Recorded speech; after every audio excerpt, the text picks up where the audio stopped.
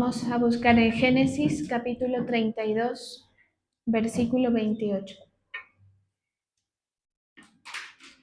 Génesis 32, 28.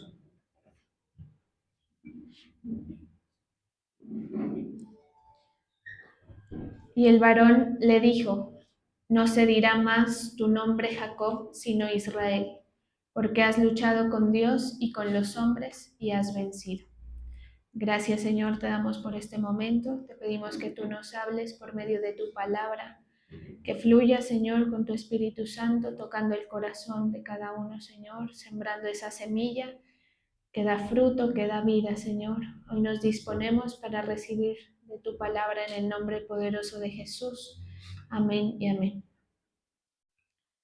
El hombre le contestó: tu nombre ya no será Jacob, sino Israel, porque has luchado con Dios y con los hombres y has vencido. Bueno, este pasaje que lo tocamos hace poco nos cuenta acerca de un momento crucial en la vida de Jacob. Él está por encontrarse con Esaú, su hermano, después de haberlo traicionado, y a sus padres también, con el tema de la mentira, de que él era el primogénito para recibir esa bendición de parte de su padre Isaac. Después de 20 años de separación, Jacob tiene que volver y se va a encontrar con Esaú.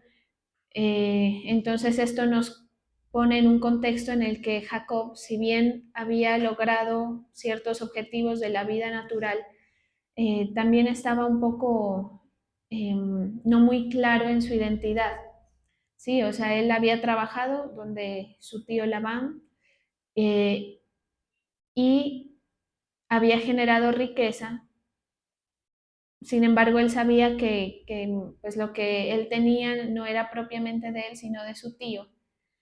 Entonces, él tiene la necesidad como de salir en busca de lo propio, ¿sí? Y también con el recuerdo que él tenía de lo que el Señor le prometió a través de la promesa.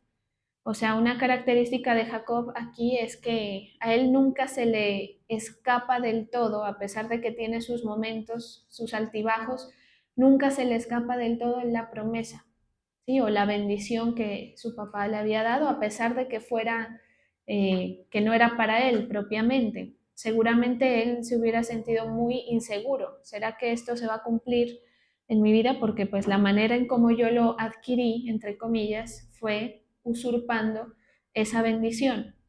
Entonces él está en esta situación con mucho temor, sin la identidad clara de él como padre de un pueblo que ya era un poquito más numeroso, ¿sí? O de una familia grande, porque hasta aquí todavía no se constituye el pueblo como tal, pero sí, sí tenía su ganancia y su riqueza, digamos, Jacob.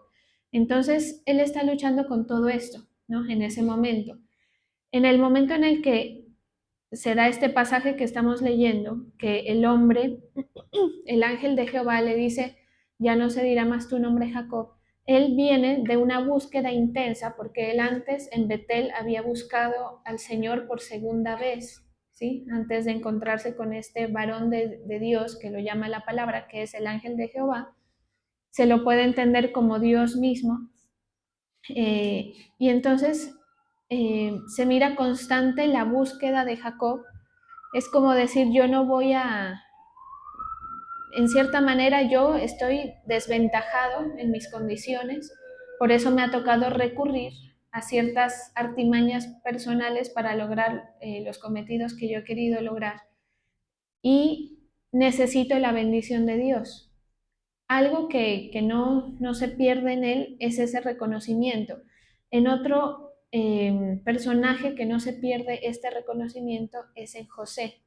O sea, José, a pesar de que se va a Egipto y que pasa también muchos años fuera de su casa, de su tierra, cada vez que a él le preguntaban, él decía: yo sirvo, o yo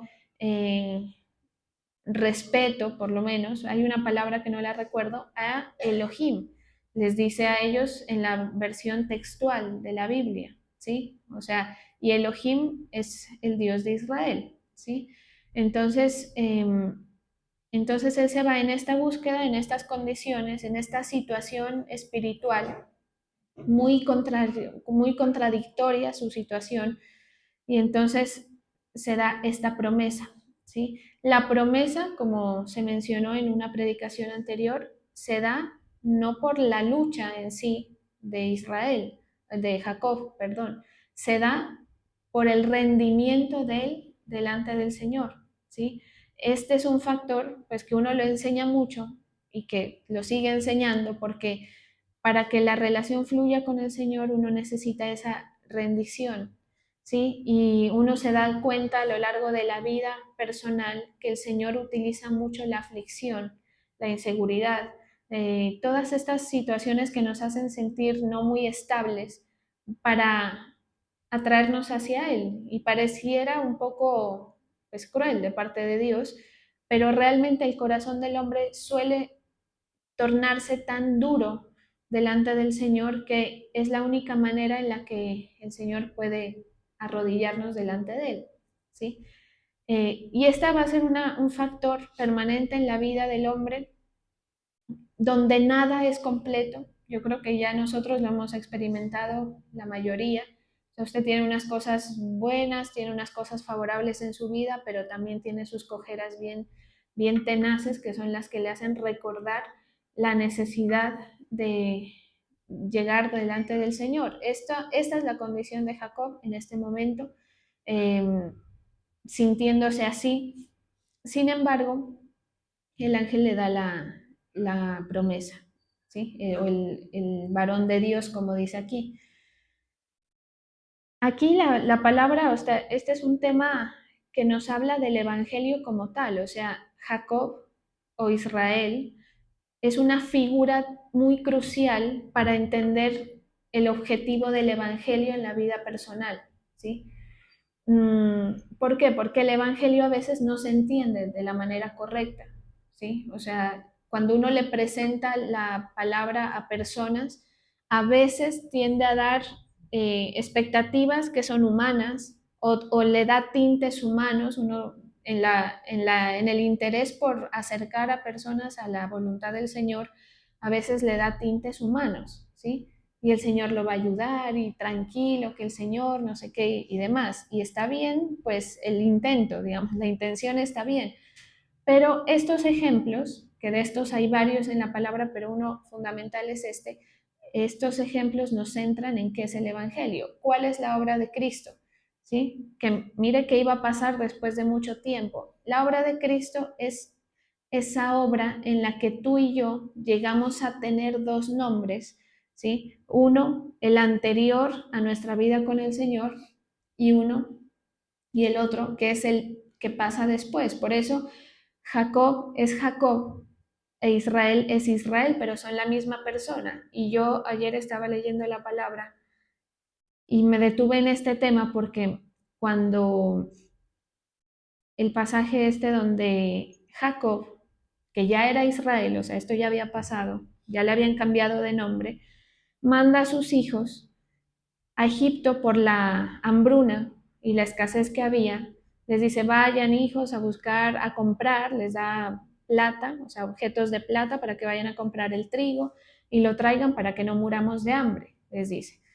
Van ellos, se presentan delante de José, José los reconoce, les dice, ustedes son espías, ¿sí? O sea, los mortifica ahí un poquito, pues porque él no se quería dejar notar que era el hermano que ellos mismos habían vendido. Traigan a su hermano menor. Jacob no quería porque era el único hijo de la esposa que él más amaba, que era Raquel, Rebeca, eso. Entonces él dice, no, yo no lo voy a mandar y deja a Simeón, pobre Simeón, lo deja ya votado con tal de no mandar a Benjamín, ¿no? Entonces, a tanto hacer, pues ante la situación, ya a Jacob le toca ceder. Y en esa narrativa de la palabra es como si no tuviera mucha coherencia la forma de narrar, porque por ratos le dice Jacob y por ratos lo llama Israel, ¿sí? Entonces dice, y Jacob, no sé, exclamó que si llega a perder a su hijo, pues al único, al menor, al de su vejez, iba a ser muy difícil para él recuperarse de esa situación. Él les dice eso a sus hijos. Y luego, cuando ya los manda, les dice la palabra, pero Israel los manda y dice, bueno, si he de perder a mi hijo, pues que así sea, como quien dice, ya resignado a la voluntad del Señor. Y entonces vemos que lo trata de una manera y de otra, ¿sí? ¿Qué quiere decir esto más o menos? Que Jacob, a pesar de su cambio de nombre, nunca pierde esa condición humana, claramente, ¿sí? Y nunca deja de ser Jacob. O sea, no es como que el Señor vino y le dio esta promesa y le dijo, ahora ya es tu nombre Israel y entonces por arte de magia la condición de él cambia. No, pero también cuando él se apoya en el Señor, la misma palabra lo refiere como Israel, o cuando la palabra va a hablar acerca de algo con propósito, ¿sí? Algo que el Señor está haciendo a través de él con propósito. Entonces, ¿cuál es la obra del Señor? El evangelio de la salvación, ¿cuál es? Que tú y yo venimos con nuestras condiciones personales y eso muy difícilmente se cambia, ¿sí? O sea, uno no puede, uno quisiera cambiar muchas cosas de uno en muchos aspectos, pero realmente de ahí a que eso suceda, pues es difícil.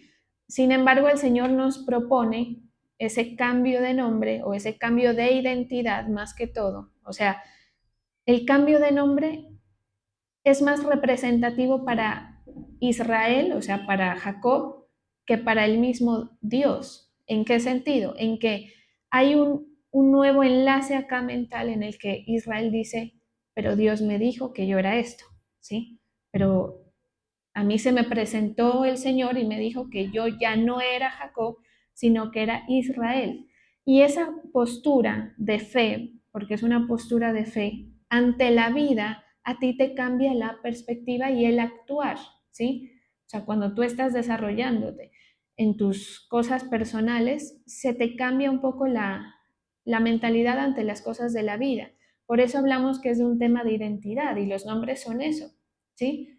O sea, uno dice, no sé, Sebastián, y uno se imagina a Sebastián con todo lo que él es, ¿sí?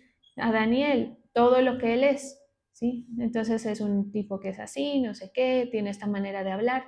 Ese es el nombre, ¿sí? Que nosotros tenemos.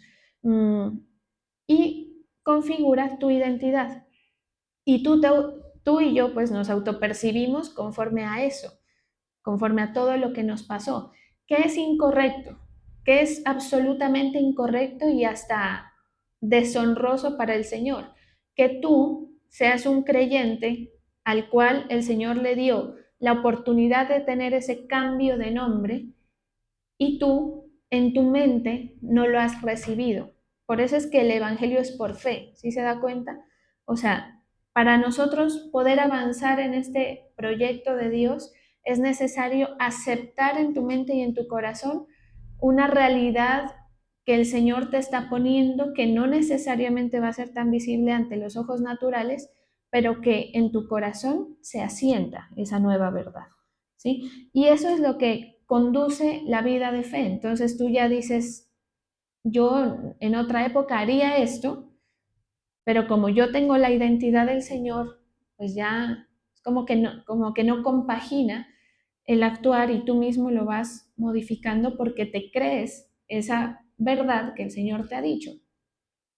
Entonces, ¿qué es lo que no, que al Señor le desagrada mucho y con lo que el Señor no puede trabajar? Que el Señor a muchos les ha dado esa promesa de vida, de restauración, ¿sí? Que no necesariamente es cambiarte el nombre como tal, pero sí cambiar tu condición mental, ¿sí? De que tú ya no eres fulano de tal que ha vivido toda su vida y sus experiencias como han venido pasando, sino que a partir de que conoces al Señor, empieza un nuevo ciclo, ¿sí? Y que tu identidad, tu mentalidad, tu actuar debe ser diferente, ¿sí?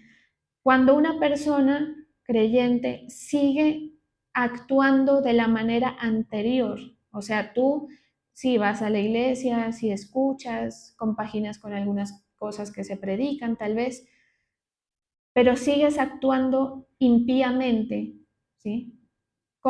¿Qué se puede entender de actuar impíamente? Sin buscar la voluntad de Dios, por ejemplo, o hacer cosas que hacen los que no tienen fe, ¿sí?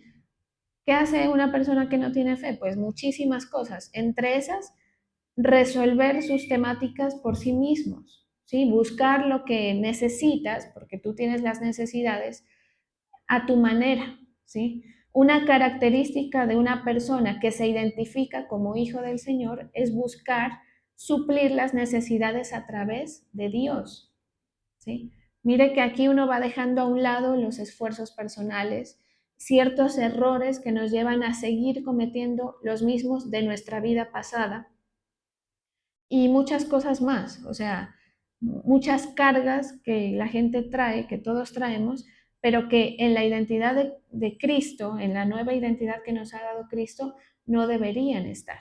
Entonces, el Señor empieza a trabajar con nosotros y es como un forcejeo entre el Evangelio y lo que nosotros somos. Y tú en tu práctica de fe te vas a sentir así, todos, ¿sí? En ese forcejeo de mi instinto, mi forma, mi pensamiento, mi manera de entender me llevaría a esto, pero es que la palabra me dice esto.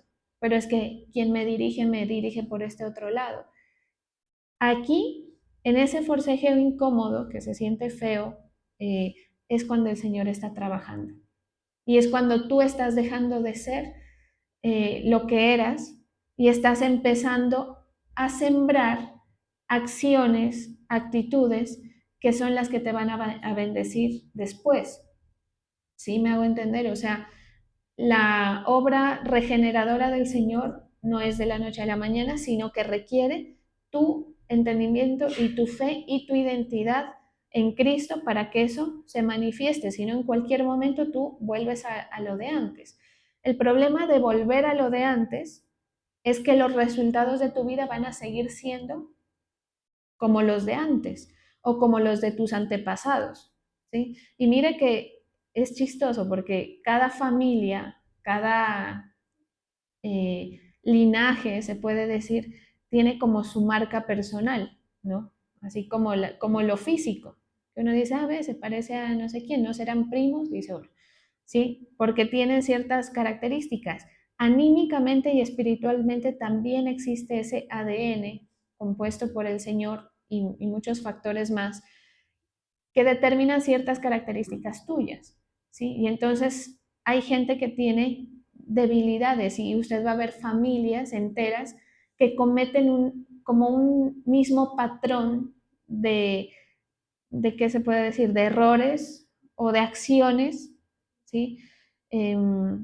Una misma familia que tiene una misma manera de pensar y de conducirse, que generalmente si uno pone a un individuo que tiene una carga familiar, por ejemplo, no es que mi papá toda la vida fue eh, un hombre perezoso, un hombre poco trabajador, y entonces esa persona está cargando con el peso de algo que vio, ¿sí? De algo que aprendió, de algo que se le pasó hasta por la sangre. Eh, pues, ¿qué situación tiene? Que es muy difícil salir de eso, ¿sí? O sea, y la palabra lo expresa con el verso que dice que quién puede añadirle a su estatura un codo o unos centímetros más, nadie, ¿sí?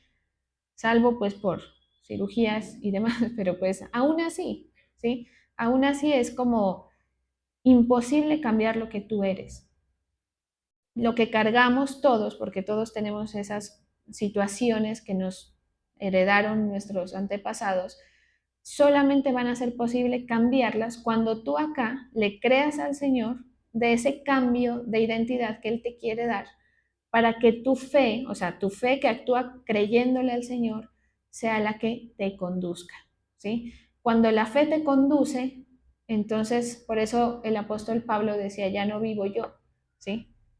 O sea, ya no eres tú actuando como tú. Entonces, es como algo que nos contiene a desbordarnos en lo que nosotros somos para cosechar, ¿sí? Para cosechar diferente resultado al anterior.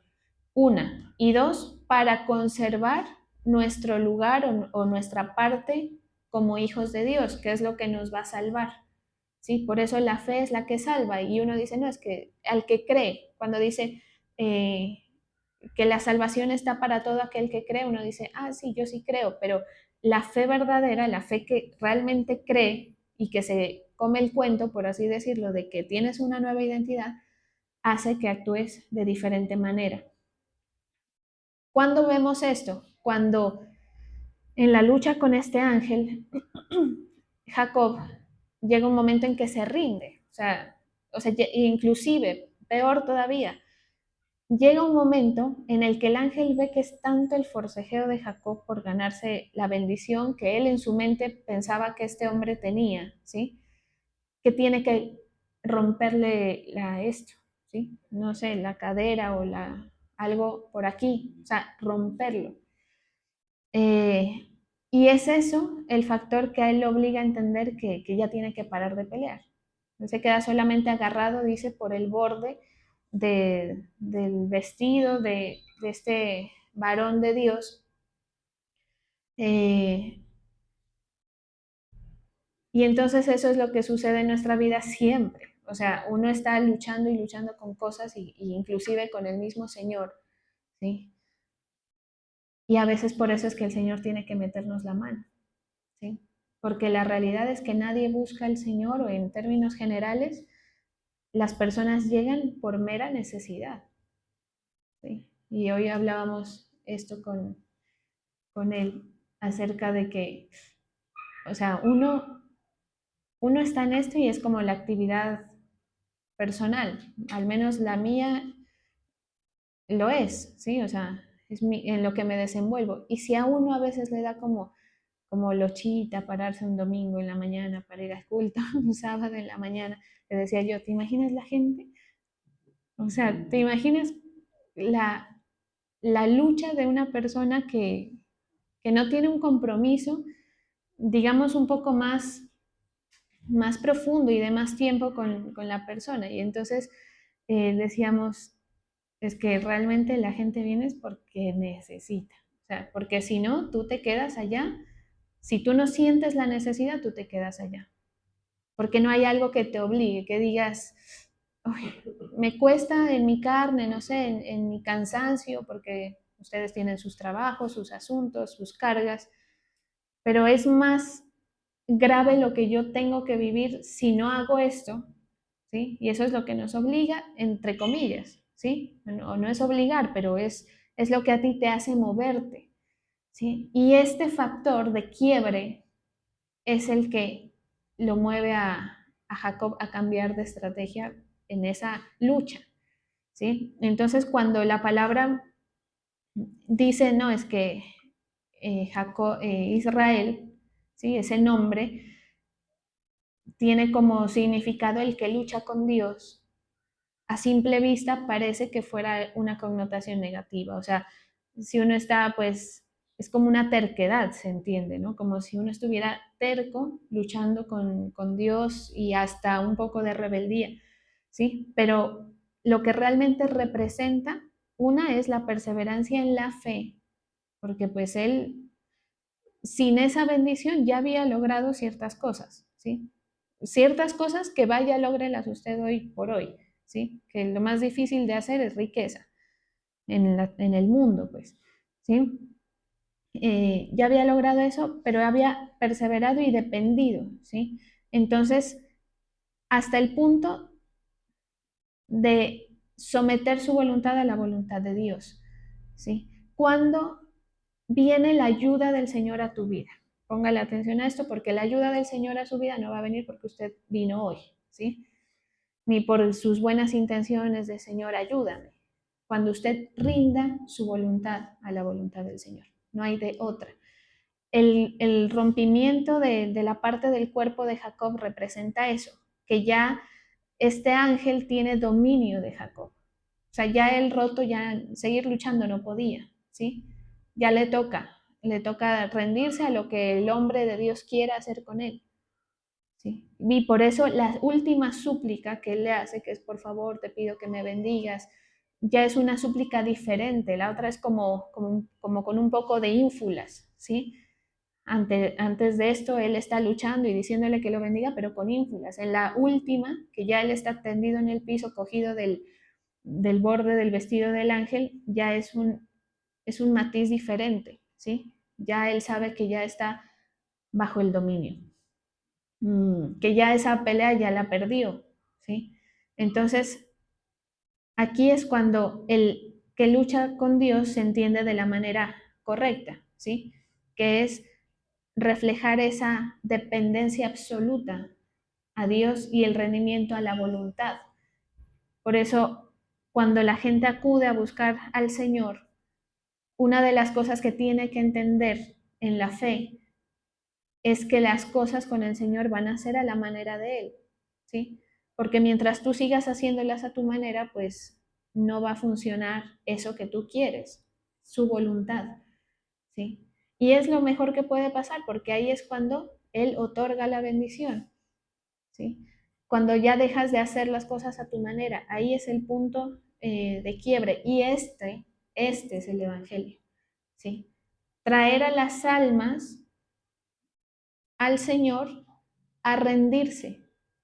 Esto no es llenar una iglesia. O sea, si alguien de pronto trabaja con ese enfoque de que se llene un lugar o de que el culto se vea bonito o se sienta bonito, pues está equivocadísimo, ¿sí? Nosotros todos somos personas, mire, el culto inclusive a veces se tiende a sentir como a veces uno lo siente, que es una condición tan menoscabada los que estamos aquí, ¿sí? Es una condición tan necesitada que aquí estamos y no en otro lado, ¿sí? Y a eso es a lo que el Señor nos llama para abrirle brecha al Evangelio. O sea, nos reunimos personas que no nos atrevemos a soltarnos de la mano del Señor. Nos reunimos personas que venimos aquí quebradas, por eso es normal vernos entre nosotros y no estar de pronto tan alegres o tan gozosos, ¿sí?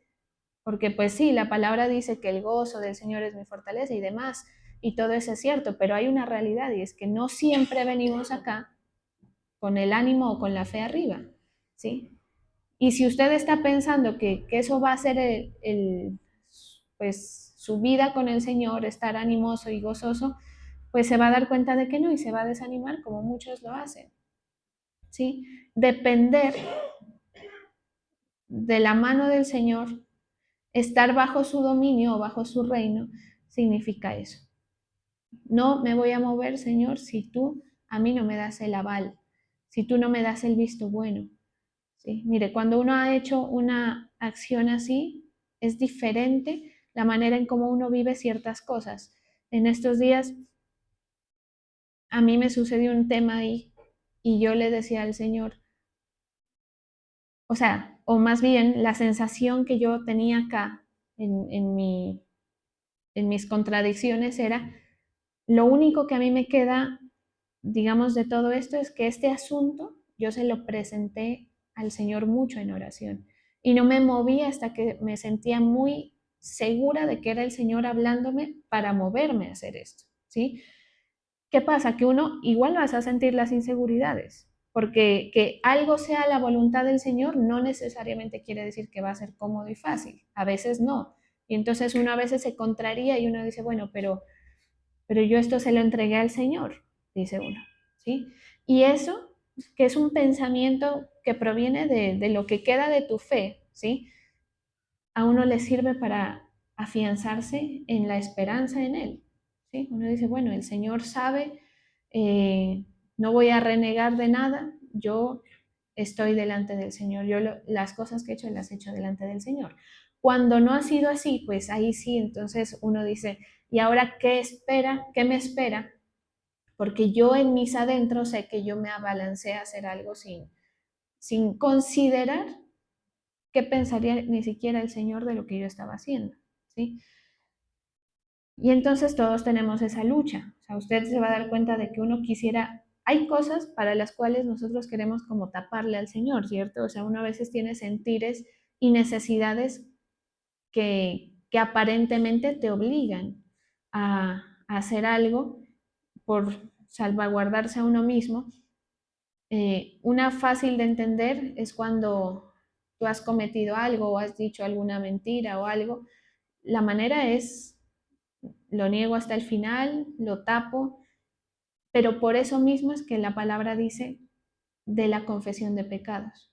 Sí me hago entender, o sea, la confesión de pecados, más allá de ir a confesar, es rendirse delante del Señor y mostrar lo que verdaderamente hay, a pesar de que Él ya lo sabe.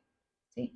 O sea, cuando uno va delante del Señor y le dice, Señor, te confieso que esto y esto, y por ende actúo en esa confesión, me destapo, quedo mal, a veces eso implica eso, quedar mal delante de otros, con tal de hacer la voluntad del Señor.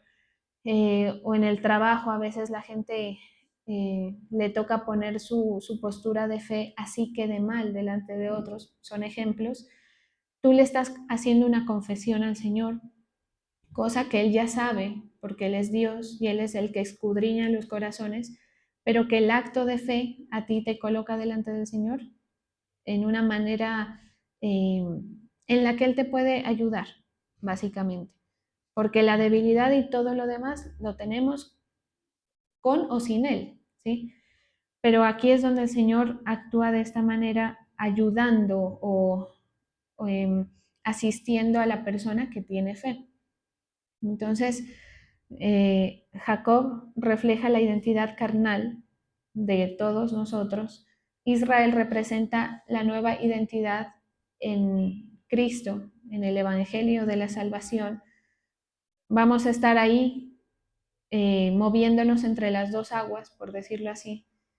Pero para que se lleven a cabo las voluntades del Señor es necesario que nos afiancemos en lo que Él nos ha dicho que somos. Por eso Jacob termina diciendo, bueno, vayan a Egipto, lleven a Benjamín, espero que me lo traigan completo, pero vayan porque pues al fin de cuentas yo soy del Señor, o sea, por eso él dice una expresión más o menos como, y si he de perder a mi otro hijo, pues que así sea, o sea, es como decir lo que el Señor quiera. ¿Qué pasa? Que cuando él actúa en esa condición como Israel, que la palabra lo resalta, entonces Israel envió a su hijo, no sé qué, se encuentra con la voluntad del Señor. ¿Cuál era la voluntad del Señor? Sacar a José para traer vida. ¿Sí? O sea, mire que cada quien está viviendo su experiencia. Jacob por acá está pues en su tema, ¿sí? En su lucha de identidad, y José por allá también está siendo tratado por el Señor, y José lo tiene claro, y entonces él dice, ustedes no me mandaron a Egipto, fue Elohim el que me mandó a Egipto, porque yo iba a cumplir una voluntad de Dios que era para preservar vida, les dice a los hermanos. Si Jacob no va a Egipto, porque después de que van por segunda vez, y él ya se presenta, le dice, traigan a mi padre, vénganse todos a vivir acá, acá pues van a tener un bienestar, porque pues yo prácticamente soy el dueño de todo. Ahí encuentran la voluntad, ellos, ¿sí? De Dios. Ahí tiene sentido lo de los sueños, tiene sentido que los hermanos hayan sido así, como fueron, que el Señor haya permitido que le hagan semejante daño a Jacob. ¿Sí me hago entender? En la voluntad del Señor reposan todas las verdades que tu alma necesita. ¿Sí o no? Porque uno a veces dice, pero ¿por qué pasó esto? ¿Pero por qué el Señor permitió? ¿Y por qué el Señor me está permitiendo? ¿Y por qué mi vida es así? Pues fuera del Señor nunca vas a encontrar la respuesta. ¿Sí? Pero dentro de la voluntad del Señor te vas a dar cuenta de que era Él el que te estaba llevando. ¿Sí? Y si no, no. Si no, vas a estar perdido toda tu vida haciendo lo que el impío hace, que es intentar equivocarse, sufrir y vivir y gozar también de las cosas de la vida, pero de una manera en que de eso a ti nada te va a quedar, ¿sí? Eh, y aparte de eso, pues que para nadie es un secreto que no es fácil estar allá afuera, ¿sí? Sí, con el Señor a veces pues es complejo, imagínense, sin la ayuda de Él. Entonces, eh, Jacob, ya Israel se va en búsqueda de eso, ya con la identidad, ¿sí? Yo soy Israel y demás. ¿Qué pasaba con esto? Que aparte del Señor estar, digamos, ayudando o haciendo sus cosas con la persona en particular, es decir, con Jacob, con José, con sus hermanos, también estaba a la par la voluntad del Señor. O sea, una verdad espiritual para todos nosotros es que tu vida y tus cosas y tus asuntos, cuando están alineados con la voluntad del Señor, prácticamente van de la mano, ¿sí? Y por eso José pudo haberlo pensado, tal vez no, es que, bueno, el Señor me mandó acá, pero me ayudó. Jacob pudo haber pensado, bueno, en la hambruna el Señor dio la provisión de alguna manera para que no muramos, que fue abrirnos la puerta en Egipto. Pero la voluntad del Señor era establecer y preservar esa simiente que iba a ser el pueblo de Israel, ¿sí? Por eso es que el Señor los aparta de Canaán, creo que sí, en Canaán estaban, los aparta de Canaán, los lleva a Egipto, que pues se supone que no, ¿sí? Los lleva a Egipto y allá los restaura y los exalta por muchos años. Y ya luego la voluntad del Señor pues es otra, entonces los tiene que sacar, entonces los lleva también por otra travesía en la que ya se dan cuenta de que no hay parte ahí, pero también con un propósito que era darles esa tierra prometida. ¿Sí? Entonces, así actúa la voluntad del Señor para el que tiene fe. ¿Sí? La voluntad del Señor no viene por sí misma. O sea, no es como que yo te pongo mi voluntad porque tú vienes a la iglesia y sirves. No, esta es tú la encuentras en rendirte delante del Señor. Cuando permites que el Señor tome dominio, cuando no eliges tú, sino que lo dejas elegir a Él, cuando no forcejeas, que fue lo que le pasó a Jacob, ¿sí? Cuando te das cuenta de la realidad de tu vida, que es que tú por ti mismo vas a cometer errores y demás, ¿sí? Y te vas al contrario a alejar de lo que el Señor quiere, ¿sí? La obra del diablo en todo esto es eso, ¿sí? Alejarte de la identidad. Por eso es que le digo, algo que al Señor le desagrada y mucho es un creyente que no tiene clara su identidad. Es decir, ese creyente que sí dice que cree, que canta tal vez, o que adora, o que viene a la iglesia y demás, pero a la hora de actuar se olvida de que es hijo de Dios. Entonces a la hora de actuar te olvidaste y entonces te desbocaste a hacer, a decir cosas que no, ¿sí? Así de sutil es el actuar, o sea, esto aparentemente no es un gran evento. O sea, las cosas que tú decides diariamente en tu vida pueda que ni siquiera sean notorias, pero están diciendo yo soy esto, o sea, en mi corazón hay esto y habla de tu fe, ¿sí? Entonces, el enemigo quiere que tú te sientas capaz y te sientas con la capacidad de hacer lo que antes hacías, de hacer la acción del suplantador, que era Jacob, ¿sí? ¿Y cómo lo hace? De muchas maneras, ¿sí? Siembra temor, siembra envidias, afanes, vanidades, porque a veces uno no saca lo que uno realmente es por cubrir, porque a uno no le gusta ser notado como algo que no. ¿Y eso qué es? Eso es vanidad, ¿sí? Y cosas así, ¿sí?